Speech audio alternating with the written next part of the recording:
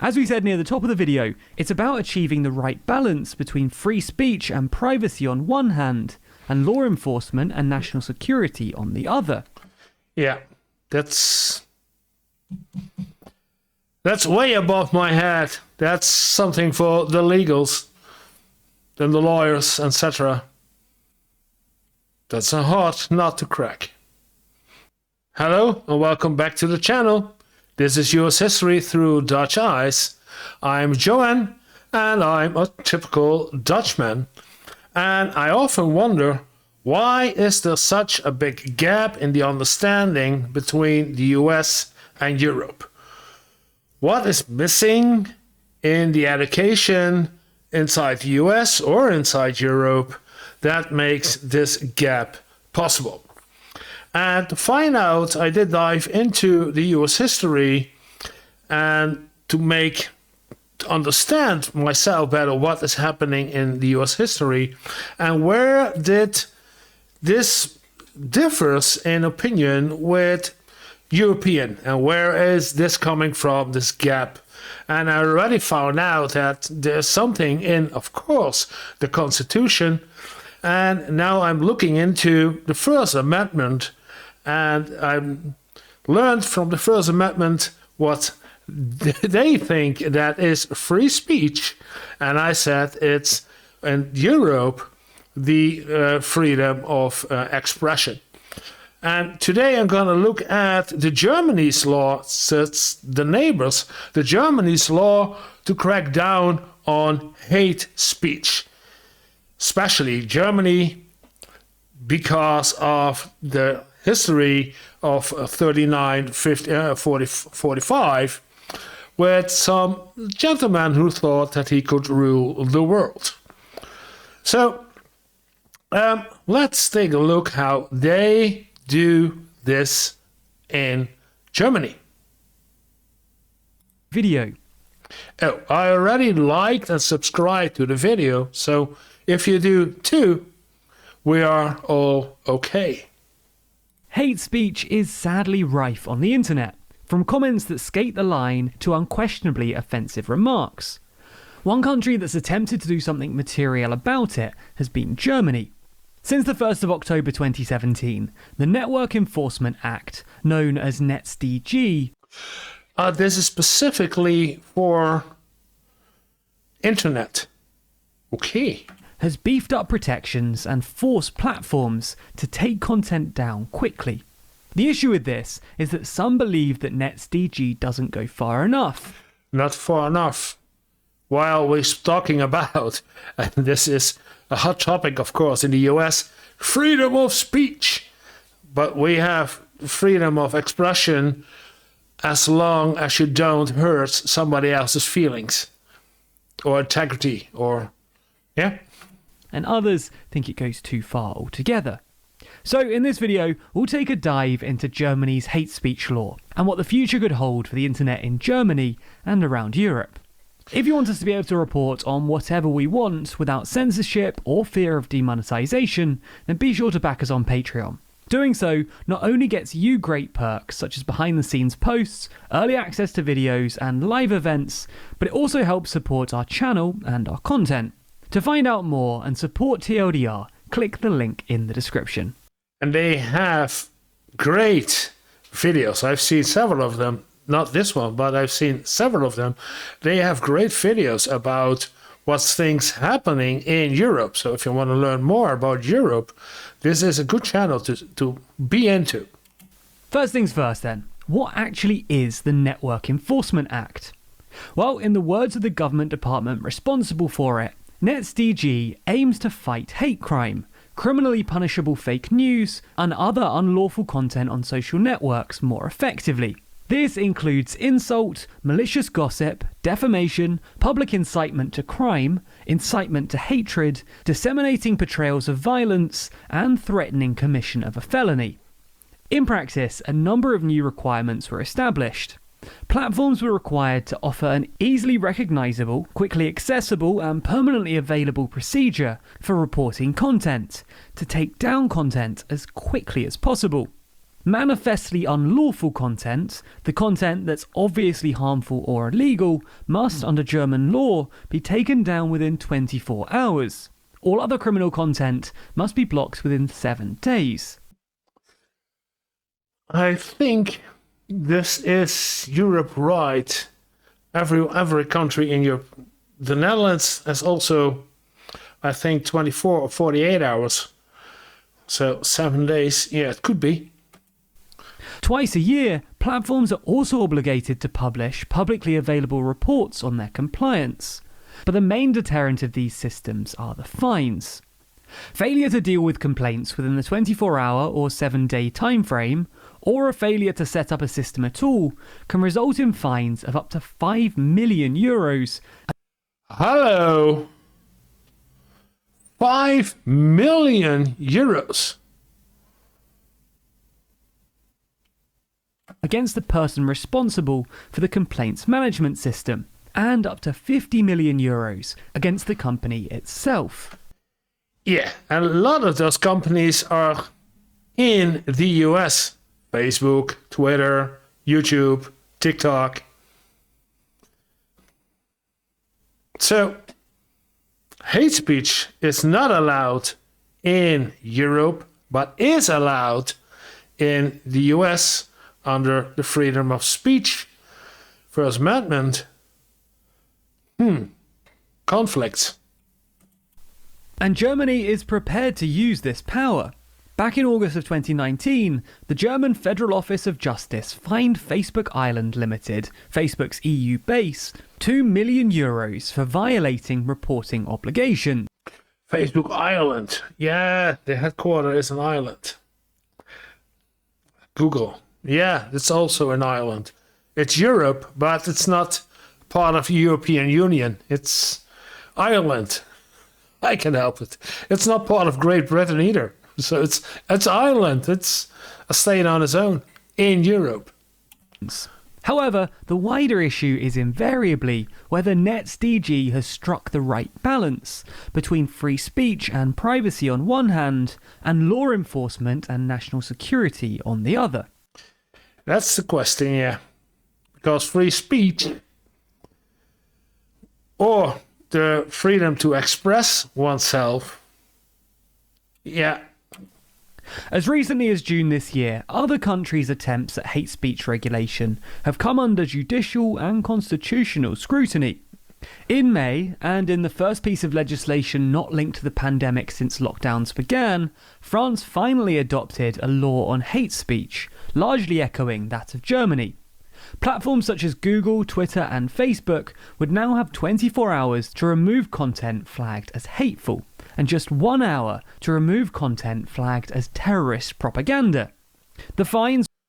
With all these bots nowadays, you can make a bot and then on Twitter or on Facebook or X, those bots are getting in there with hundreds at a time and it's not doable. Were, however, significantly reduced from the German system, maxing out at just 1.25 million euros. The criticism of this new scheme was rife and nothing new either. All the way back in November, the European Commission wrote to the French government to voice their concerns, asking that the government wait for a common EU standard to be enacted, and claiming that the... So we don't have a common EU. I thought we already had a common EU about this. More than just the GDPR. But we don't. The new French law may not actually comply with EU laws. That's because the EU is currently negotiating and drafting up the aforementioned common EU standard, known as the Digital Services Act. This act is designed to set a common benchmark and Europe-wide policy for moderating and dealing with illegal and hateful content, and is expected early next year. Early next year, so the video is already 5 years old? Because we are 2025. Take a look at it.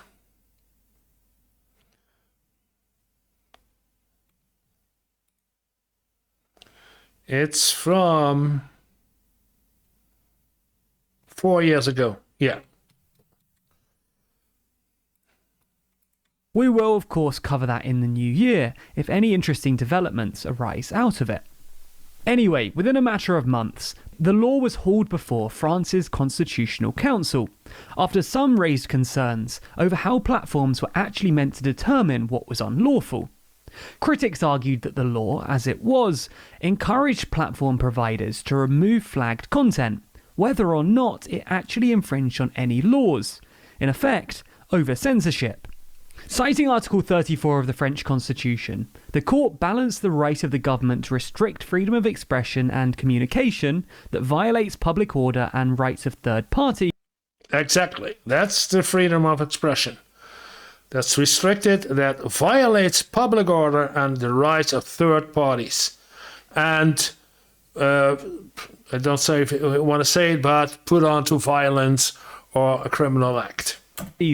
Against the general freedom of expression and communication, concluding that freedom of expression is all the more valuable because its exercise is a condition of democracy. Therefore, Parliament has brought to freedom of expression and communication an infringement that is not appropriate, necessary, or proportionate to the purpose pursued, and therefore the law was deemed unconstitutional. In spite of all these difficulties in France, Germany is clearly not backing down. Instead, it's actually going even further. A matter of days after the court in France concluded that the French version was unconstitutional, Germany passed amendments and reforms that will require platform providers to report certain types of criminal content to the Federal Crime Police Office, adding to the already fervent criticisms. Yeah. Snitching. Wow. Of the law. Now the concern is that social media giants are being co-opted to help the state build massive databases on citizens without robust legal justification. Wow. 2025. Trump? Yeah, Trump, I believe. For civil liberty and privacy campaigners, the move is yet another step in the wrong direction, with some going as far as to state that the move violates rule of law guarantees in the German constitution, and that forcing platforms to reveal their users' true identities to the authorities without a court mandate or proper individual judicial review would set a very, very dangerous precedent. No, not at all. Ask Trump, it's not a problem. No. Due process? Nah. Get rid of him. In 2018, NetzDG, as it was back then, without any of these new proposals, was already highly criticised. Human Rights Watch, an international non-governmental organisation advocating for, you guessed it, human rights, called out the law directly. The Germany director of the Human Rights Watch stressed that governments and the public have valid concerns about the proliferation of illegal or abusive content online, but the new German law is fundamentally flawed. It's vague, overbroad, and turns private companies into overzealous censors to avoid steep fines, leaving users with no judicial oversight or right to appeal. Yeah. In their eyes, this opens the path for far more aggressive legislation by other countries, using the already flawed German model as a basis. This new reform only adding to the laws may seem to have come out of nowhere, but actually it's anything but. The impetus of the reform being the 2019 murder of local German politician Walter Lübcke by a neo-Nazi. A murder preceded by a number of targeted threats and hate speech, as Lübcke had become the face of Germany's refugee policy, a highly controversial policy, which, if you want, we can cover in another video. Just let us know in the comments below.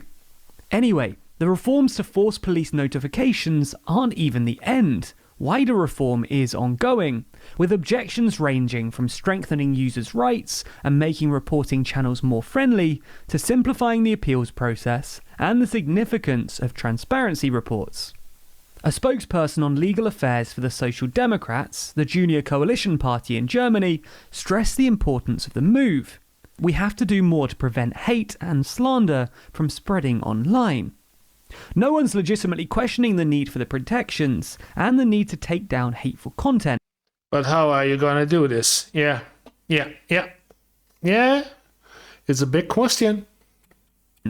The issue being achieving some semblance of balance. As we said near the top of the video, it's about achieving the right balance between free speech and privacy on one hand, and law enforcement and national security on the other.